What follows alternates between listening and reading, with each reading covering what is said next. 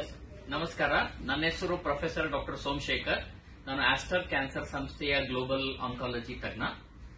ಇವತ್ತು unfortunate incident ನೀವು ಕೇಳಿದ್ರಿ. ಮುಂದಿನ ವಾರ world cancer day, world health organisation. ಇಂಡಿಯಾದಲ್ಲಿ 2 ಕ್ಯಾನ್ಸರ್ ತುಂಬಾ ಕಾಮನ್. ಒಂದು ಸ್ತ್ರೀಯರ ಗರ್ಭಕೋಶದ ಬಾಯಿದು ಸರ್ವೈಕಲ್ ಕ್ಯಾನ್ಸರ್, ಎರಡನೇದು ಬ್ರೆಸ್ಟ್ ಕ್ಯಾನ್ಸರ್. ಆದ್ರೆ ಅನ್ಫಾರ್ಚುನೇಟ್ಲಿ ಏನಂದ್ರೆ ಈ ಕ್ಯಾನ್ಸರ್ ಫುಲ್ಲಿ ಟ್ರೀಟಬಲ್, ಕ್ಯೂರಬಲ್.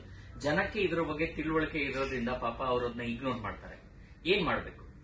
ಈಗ ಸರ್ವೈಕಲ್ ಕ್ಯಾನ್ಸರ್ ಒಳಗಡೆ ಸುಮ್ನೆ ರಕ್ತಸ್ರಾವ, ಬಿಳಿ ಸ್ರಾವ, ಬೆನ್ನು ನೋವು, ಆಮೇಲೆ ಕಾಲ್ ನೋವು ಬರುತ್ತೆ. ವರ್ಷಕ್ಕೆ ಒಂದು ಸಲಿ ಯಾವುದೇ ಲೇಡಿ ನಿಮ್ಮ ನಿಯರೆಸ್ಟ್ ಹಾಸ್ಪಿಟಲ್ಗೆ ಹೋಗಿ ಒಂದು ಪ್ಯಾಪ್ ಸ್ಮಿಯರ್ ಅಂತ ಟೆಸ್ಟಿಂಗ್, 3 ವರ್ಷಕ್ಕೆ ಒಂದು ಸಲಿ HPV ವೈರಸ್ ಟೆಸ್ಟಿಂಗ್ ಮಾಡಿದ್ರೆ 3 ವರ್ಷ ಮುಂಚೆ ಆದ್ಮೇಲೆ ಕ್ಯಾನ್ಸರ್ ಬರುತ್ತೋ ಇಲ್ಲೋ ಅಂತ ಇವತ್ತೇ ಗೊತ್ತಾಗುತ್ತೆ.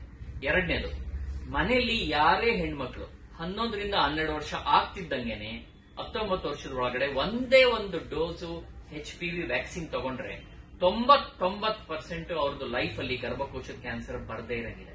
ಸೊ ಈಗ ನಾವೇನ್ ಮಾಡ್ತೀವಿ, ನಮ್ಮ ಫ್ಯಾಮಿಲಿಯಲ್ಲಿ ಅವ್ರ ಬರ್ಡೇ ಗೆದ್ದಾಗ ಯಾವ್ದೋ ಗಿಫ್ಟ್, ಪ್ರೆಸೆಂಟ್, ಊಟ, ತಿಂಡಿ ಕೊಡ್ತೀವಿ. ಅದೇನು ಮಾಡಬೇಡಿ. ಅವ್ರದ್ದು ಬರ್ಡೇ ದಿನ ನೆನೆಸ್ಕೊಳ್ಳಿ. ನಮ್ಮ ಮನೆಯಲ್ಲಿ ನಮ್ಮ ತಾಯಿ, ವೈಫು ಅಥವಾ ಅಕ್ಕ, ತಂಗಿ ಇದರ, ಅವ್ರಿಗೆ ವರ್ಷಕ್ಕೆ ಒಂದ್ಸಲಿ ಪ್ಯಾಪ್ ಸ್ಮಿಯರ್ ಹತ್ರ ಹಾಸ್ಪಿಟಲ್, HPV ಟೆಸ್ಟಿಂಗ್, ಅವ್ರಿಗೆ HPV ವ್ಯಾಕ್ಸಿನ್. ಇಷ್ಟು ಮಾಡಿದ್ರೆ ಅವರು ಲೈಫ್ ಅಲ್ಲಿ 99% ಕ್ಯಾನ್ಸರ್ ಬರಲ್ಲ. ಒಂದೇ ಪ್ರಾಬ್ಲಮ್ ಏನು ಅಂದ್ರೆ ಸರ್ವೈಕಲ್ ಕ್ಯಾನ್ಸರ್ ಅಲ್ಲಿ ಫಸ್ಟ್ ಸ್ಟೇಜ್ ಅಲ್ಲಿ ಇದರಲ್ಲಿ ಏನು ಲಕ್ಷಣ ಇರೋದಿಲ್ಲ. ಆಗ್ಲೇ ಲಕ್ಷಣ ಬಂದಾಗ 2ನೇದು 3ನೇ ಸ್ಟೇಜ್.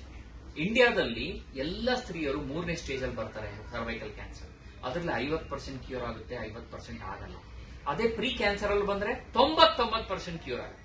ಒಂದೇ ಒಂದು ವ್ಯಾಕ್ಸಿನ್ ತಗೊಂಡ್ರೆ, ಈಗ ಇಂಡಿಯಾದಲ್ಲೇ ವ್ಯಾಕ್ಸಿನ್ ಇದೆ, ಹಲವಾರು ₹100 ಅಷ್ಟೇ. ಅದು ತಗೊಂಡ್ರೆ 99% ಕ್ಯಾನ್ಸರ್ ಬರೋದು ಪ್ರಿವೆಂಟ್ ಆಗುತ್ತೆ.